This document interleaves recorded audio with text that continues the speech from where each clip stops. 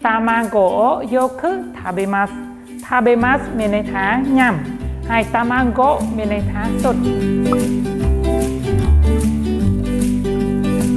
សួស្តីទាំងអស់គ្នាស្វាគមន៍មកកាន់ថ្នាក់រៀនភាសាជប៉ុននៅ CJC ខ្ញុំឈ្មោះហែមហួយជាគ្រូបង្រៀនភាសាជប៉ុននៅ CJC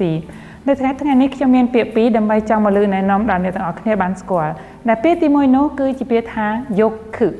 ហើយតើ yoku មានន័យយ៉ាងណាសូមអញ្ជើញមើលទាំងអស់គ្នាណា yoku មានន័យថាជាញឹកញាប់ហើយ yoku មានន័យថាញឹកញាប់អញ្ចឹងយើងមើលពាក្យដែលជាឧទាហរណ៍ខាងក្រោម tamago yoku tabemas tabemas មានន័យថាញ៉ាំហើយ tamago មានន័យថាសុទ្ធអញ្ចឹង tamago yoku tabemas មានន័យថាញ៉ាំសុទ្ធជាញឹកញាប់ហើយអញ្ចឹងនៅកន្លែងពាក្យ tamago នេះក៏យើងអាចយកពាក្យនាមមកជំនួសផ្សេងទៀតបានឧទាហរណ៍ដូចថ្ងៃនេះខ្ញុំលើកយកពាក្យថា sakana ហើយ sakana មានន័យថាត្រីហើយ sakana o yoku tabemas sakana o yoku tabemas អញ្ចឹងសរុបមកវិញពាក្យថា yoku មានន័យថាជាញឹកញាប់ដែលយើងប្រើនៅខាងមុខនេះមាននាមជាទូទៅដែលយើងអាចប្រើជាមួយបានដូចជា tamago o yoku tabemas sakana o yoku tabemas អញ្ចឹង yoku ប្រែថាជាញឹកញាប់អូខេអញ្ចឹងពាក្យជាបន្តមកទៀតគឺពាក្យថា amari amari នេះមានន័យថាមិនសូវហើយពាក្យ amari នេះដែរគេប្រើជាមួយនឹងទម្រង់បដិសេធឥឡូវយើងមើលទាំងអស់គ្នាហើយគឺដាមណូវ៉ា amari tabemasen គឺដាមណូវ៉ា amari tabemasen មានន័យថាម៉េចដែរទាំងអស់គ្នាគឺដាមណូគឺផ្លែឈើ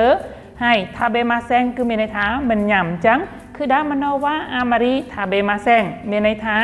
គឺដាមណូគឺផ្លែឈើហ្នឹងគឺមិនសូវញ៉ាំទេហើយអញ្ចឹងកន្លែងគឺដាមណូនេះដែរយើងអាចជំនួសដោយជាពាក្យនាមទូទៅក៏បានដែរណាឧទាហរណ៍ថ្ងៃនេះខ្ញុំលើកយកពាក្យថា